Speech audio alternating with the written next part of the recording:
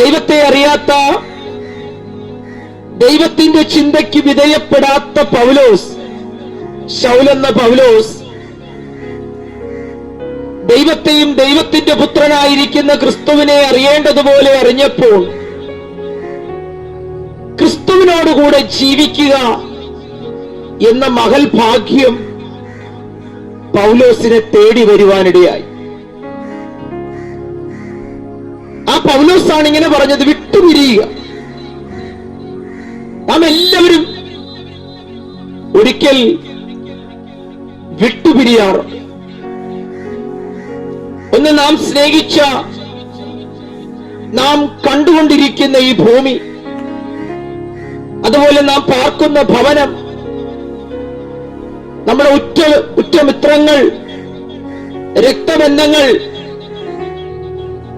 അതിലുപരിയായി നാം വസിക്കുന്ന നമ്മുടെ ശരീരം, ഇതെല്ലാം വിട്ടുപിരിയുന്ന ഒരു ദിവസമുണ്ട്. അതാണ് മരണ ദിവസം. നാം സ്നേഹിച്ചത് മുഴുവനും ഉപേക്ഷിക്കുന്ന ഒരു ദിവസം. നമുക്കൊപ്പം സഞ്ചരിച്ചവർ, നമുക്കൊപ്പം യാത്ര ചെയ്തവർ നമ്മെ ഉപേക്ഷിക്കുന്ന ഒരു ദിവസമാണ് നാം മരിക്കുമ്പോൾ, അല്ലെങ്കിൽ മരണ ദിവസം. മരണമെന്ന വേർപാടിൽ അവസാനിക്കുന്ന ബന്ധമേ നമുക്ക് ഈ മണ്ണിലുള്ളൂ. മരണം നാം ചിന്തിക്കുന്നതിനും അതിലപ്പുറമായിട്ടുള്ള ഒരു വേർപാടാണ്. ഒരു മനുഷ്യൻ ജനിച്ചിട്ടുണ്ടെങ്കിൽ ആ മനുഷ്യന് നിശ്ചയമായും മരണമുണ്ട്. നമ്മുടെ പിന്നിൽ യാത്ര ചെയ്ത രാജാക്കന്മാർ, പണ്ഡിതന്മാർ, ജ്ഞാനികൾ, അങ്ങനെ അനവധി അനവധി പേർ നാം ജനിച്ചു വീഴുന്നതിന് മുമ്പേ മരണം അവരെ വേർപെടുത്തിക്കളയുവാനിടയായി. ജനിച്ചു കഴിഞ്ഞാൽ മരണം ഉറപ്പാണ്. ജനനത്തിന്റെയും മരണത്തിന്റെയും ഇടയിലുള്ള ജീവിതം എന്തിന് ദൈവം നൽകി? എങ്ങനെയാണ് മനുഷ്യൻ മരിക്കാനുള്ള കാരണം? അതിനെല്ലാം ഉത്തരമായി ദൈവത്തിന്റെ ആത്മാവിനാൽ എഴുതിയ ദൈവത്തിന്റെ തിരുവചനത്തിനകത്ത് നമുക്കത് ഉത്തരമുണ്ട്. മനുഷ്യൻ മരിക്കുന്നതിന്റെ കാരണം പാപമാണ്. പാപം ചെയ്ത മനുഷ്യൻ മരിക്കും. അത് തീരുമാനിച്ചിരിക്കുന്നത്, അല്ലെങ്കിൽ അത് നിശ്ചയിച്ചിരിക്കുന്നത്, അത് കൽപ്പിച്ചിരിക്കുന്നത് സൃഷ്ടിച്ച ദൈവമാണ്. നമ്മെ സൃഷ്ടിച്ച ദൈവം, ദൈവത്തിന്റെ വചനം, ദൈവത്തിന്റെ കൽപ്പന, ദൈവസൃഷ്ടിയായിരിക്കുന്ന മനുഷ്യൻ അനുസരിക്കാതിരുന്നപ്പോൾ ദൈവത്തിന്റെ സ്വഭാവത്തിൽ, ദൈവത്തിന്റെ ജീവനിൽ വസിക്കേണ്ട മനുഷ്യൻ ദൈവത്തിൽ നിന്ന് അകന്ന നിമിഷം മുതൽ മനുഷ്യൻ മരിക്കാൻ തുടങ്ങി.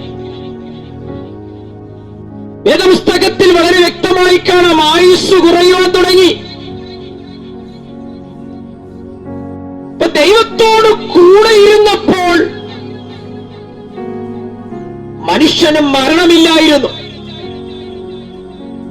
എന്നാൽ ദൈവത്തെ വിട്ടുമാറിയപ്പോൾ മനുഷ്യന്റെ ജീവിതത്തിനകത്ത് മരണം സംഭവിക്കുവാനിടയായി. ഇന്ന് പകൽ ശാരീരിക മരണം, അല്ലെങ്കിൽ ജഡമരണം, ഈ പ്രസംഗിക്കുന്ന എനിക്കും മരണമുണ്ട്. പക്ഷെ ദൈവം വച്ചിരിക്കുന്ന ഒരു നിത്യമരണമുണ്ട്. മരണം. ശാരീരിക മരണം കേവലം ഈ ലോകത്തിൽ നിന്ന് നമ്മെ വേർപെടുത്തുന്നതേ ഉള്ളൂ. ഉറ്റ ബന്ധുക്കളിൽ നിന്ന് വേർപെടുത്തുന്നതേ ഉള്ളൂ. എന്നാൽ നിത്യമരണം അത് ദൈവത്തിൽ നിന്നും എന്നേക്കുമായി നമ്മെ വേർപെടുത്തി കളയുകയാണ്. ദൈവത്തിൽ നിന്ന് അകന്നു പോയത് കൊണ്ടാണ് ഇന്ന് മനുഷ്യൻ മരിച്ചുകൊണ്ടിരിക്കുന്നു എന്ന് നാം മനസ്സിലാക്കി. എന്നാൽ വേദപുസ്തകം പഠിപ്പിക്കുന്നു, നീ വീണ്ടും എന്നോടൊപ്പം വസിക്കുവാൻ ഒരുക്കമെങ്കിൽ ഞാനായിരിക്കുന്ന എന്റെ ജീവനിൽ നിന്ന് ജീവനിലേക്ക് നിന്നെ ഒരുക്കി എടുക്കുവാൻ എനിക്ക് കഴിയും. അപ്പൊ ജീവനെ സമ്പാദിക്കുക എന്ന് പറഞ്ഞാൽ ജീവനെ നേടുക എന്നാണ്. നാം അധ്വാനിക്കുന്നു, പണം നേടുന്നു, പണം കൊടുത്ത് ഈ ഭൂമിയിലുള്ളത് പലതും നേടിയെടുക്കുന്നു. എന്നാൽ ഒരു മനുഷ്യന്റെ ജീവൻ അവൻ ഒരിക്കലും പണം കൊടുത്ത് നേടിയെടുക്കാൻ കഴിയില്ല. നാം നമ്മുടെ കരങ്ങളിൽ ഇരിക്കുന്ന പണം അത് ഈ ലോകത്തിൽ നിന്നും സൃഷ്ടിക്കപ്പെട്ട ഒരു വിലയാണ്. എന്നാൽ ഒരു മനുഷ്യന്റെ ജീവൻ അത് നേടിയെടുക്കണമെങ്കിൽ മനുഷ്യന്റെ സ്വഭാവത്തിന് ഒരു ചേഞ്ച് വരുവാനിടയാകണം. പ്രവൃത്തികൾ നോക്കി പ്രതിഫലം കൊടുക്കുന്ന ദൈവം. ശ്രദ്ധിച്ച്, ഒരു മനുഷ്യന്റെ പ്രവൃത്തിയാണ് അവന്റെ ജീവിതത്തിലെ ജീവന്റെ വഴി.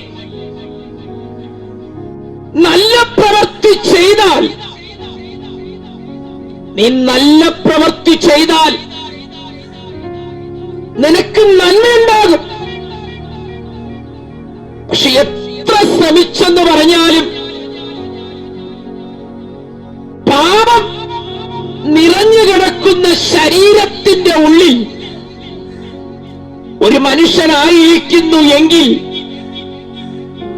വേദപുസ്തക പ്രകാരം വിളിക്കുന്ന ഒരു പേരുണ്ട്, നീ ഒരു പാപിയാ.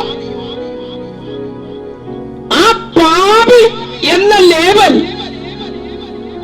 മാറണമെങ്കിൽ, പാപി എന്ന വാക്ക് നിന്നെ വിട്ടു മാറണമെങ്കിൽ പാപത്തിന് മോചനം വരുത്തിയ, പാപത്തിന് മറുവില കൊടുത്ത യേശുക്രിസ്തു നിന്റെ ജീവിതത്തിൽ കടന്നു വരണം.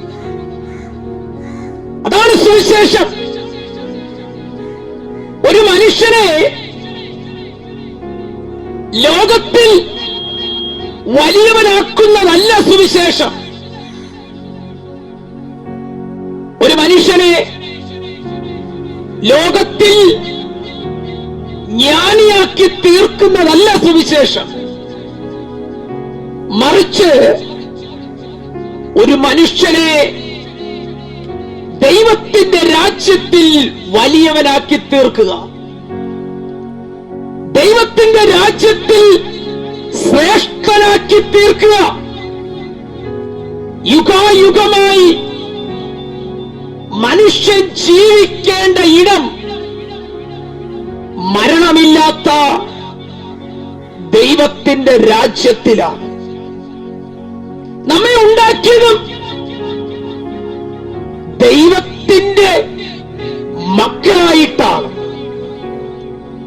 ഇത് നോക്കിക്കേ,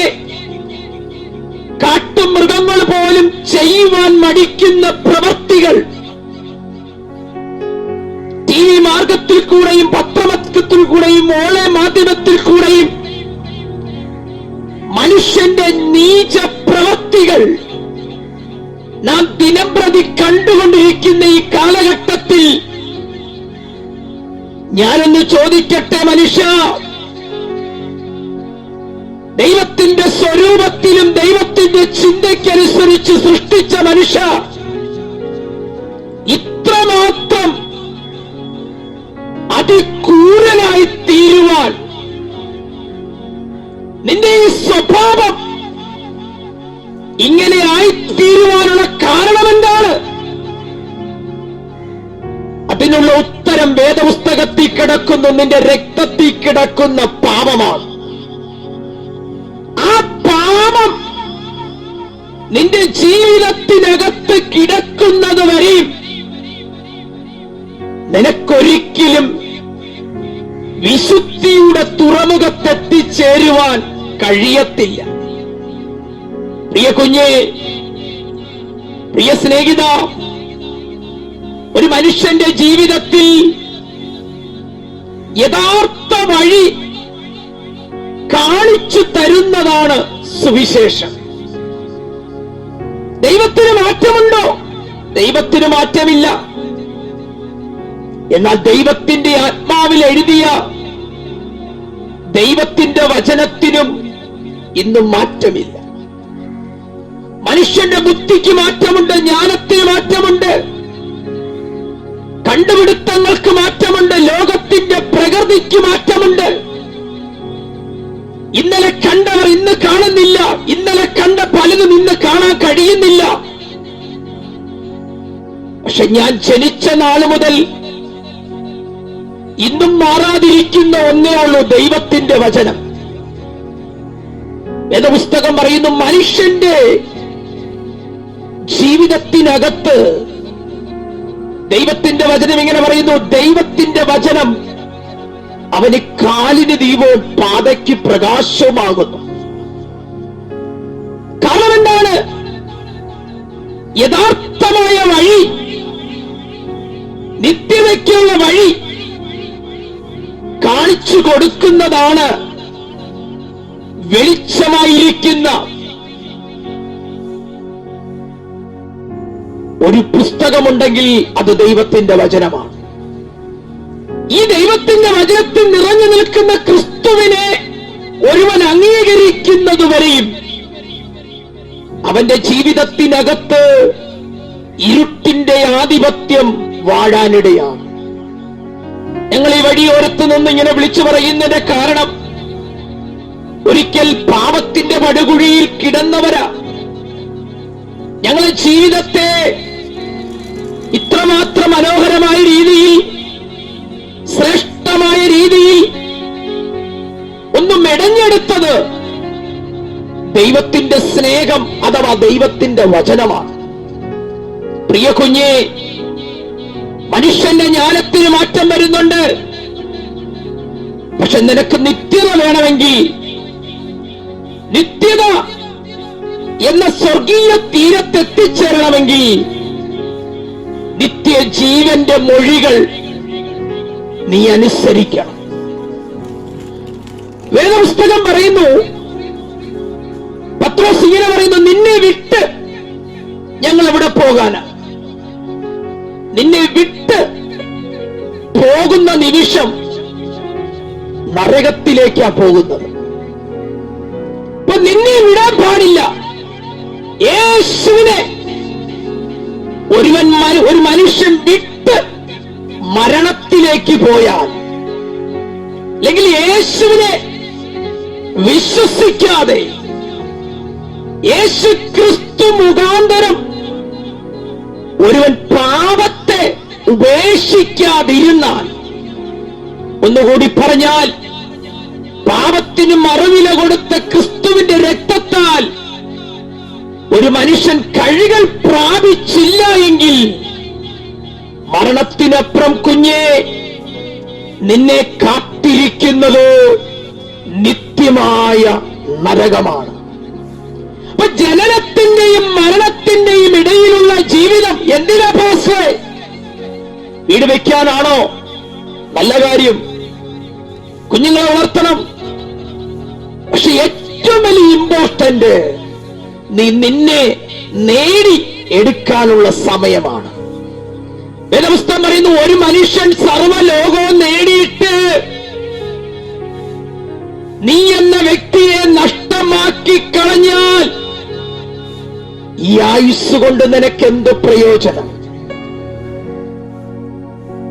ഈ ലോകം മുഴുവനും നീ നേടിയെടുത്തു, പക്ഷെ മരണത്തിനപ്പുറം നരകത്തിലേക്ക് തള്ളപ്പെട്ടു പോയാലോ? ഇപ്പം ലോകത്തെ നേടണ്ട എന്നല്ല, നാം ഈ ഭൂമി ജീവിക്കുമ്പോൾ വീട് വേണം, വാഹനം വേണം, എല്ലാം ശരിയാണ്. പക്ഷേ താൽക്കാലികമായി നാം ജീവിക്കുന്ന ഈ ഭൂമിയിൽ നമുക്ക് ആവശ്യമുള്ളത് നേടിയെടുക്കുമ്പോൾ തന്നെ നിത്യമായി നാം ജീവിക്കുന്ന ഇടമായ സ്വർഗരാജ്യത്തിൽ ആ നിത്യത ഉറപ്പിക്കുന്ന ഒന്നാണ് യേശു ക്രിസ്തു. വേദപുസ്തകത്തിൽ ഇങ്ങനെ പറയുന്നു, യേശു ക്രിസ്തുവിനെ പറയാ, അവനെ കൈക്കൊണ്ട് അവന്റെ നാമത്തിൽ വിശ്വസിക്കുന്ന ഏവർക്കും ദൈവമക്കളാകുവാൻ അധികാരം തന്നിരിക്കുന്നു. മനുഷ്യ മക്കൾക്ക് വേണ്ടി ഭൂമി തുറക്കപ്പെടുമ്പോൾ, ജഡമനുഷ്യന് വേണ്ടി ഭൂമി തുറക്കപ്പെടുമ്പോൾ, ദൈവമക്കൾക്ക് വേണ്ടി സ്വർഗം തുറക്കപ്പെടും. ജഡമനുഷ്യൻ ഭൂമി കൊണ്ട് അവസാനിക്കുമ്പോൾ, ആത്മമനുഷ്യൻ ഭൂമി കൊണ്ട് അവസാനിക്കുന്നില്ല. അവൻ നിത്യതയിൽ ദൈവത്തോടൊപ്പം ജീവിക്കുന്നു. അപ്പൊ യേശു ഇല്ലാതെ നിനക്കൊപ്പം ആരൊക്കെ ഉണ്ടെന്ന് പറഞ്ഞാലും മാനസാന്തരപ്പെടാത്ത ധനവാൻ നരകത്തിൽ കിടന്നപ്പോൾ ഇങ്ങനെ പറഞ്ഞു, എന്റെ സഹോദരന്മാർ അടുക്കലേക്ക് ഈ ദരിദ്രനെ അയക്കണമേ എന്ന്. ലാസറിനെ അയക്കണം. എന്തിന്? അവരോട് പറയണം, ഈ നിത്യമായ നരകത്തിന്റെ അവസ്ഥ എന്റെ കൂടപ്പിറപ്പുകളോട് പറയണം. ഞാൻ ഈ നരകത്തിൽ വന്നതുപോലെ എന്റെ അനുജന്മാർ ഈ നരകത്തിൽ വരരുത്. പ്രിയ കുഞ്ഞേ, ദൈവത്തിന്റെ വചനം സത്യമാണ്. ആ വചനത്തിൽ എഴുതിയിരിക്കുന്നത് പോലെ ലോകത്തിൽ സംഭവിക്കും. ആരെല്ലാം എന്തെല്ലാം ഏതെല്ലാം കെട്ടിപ്പിടർത്തിയാലും എന്തെല്ലാം ഉയർത്തി പറഞ്ഞാലും ദൈവത്തിന്റെ വചനത്തിന് നീക്കുപോക്കില്ല. ദൈവത്തിന്റെ വചനത്തിന് നീക്കാൻ ആർക്കും കഴിയില്ല. പക്ഷെ ദൈവത്തിന്റെ ചിന്തയെ മാറ്റുന്നതിനേക്കാൾ ഉപരി ദൈവത്തിന്റെ ചിന്തയ്ക്കനുസരിച്ച് നമ്മുടെ ചിന്തയെ മാറ്റുന്നതാണ്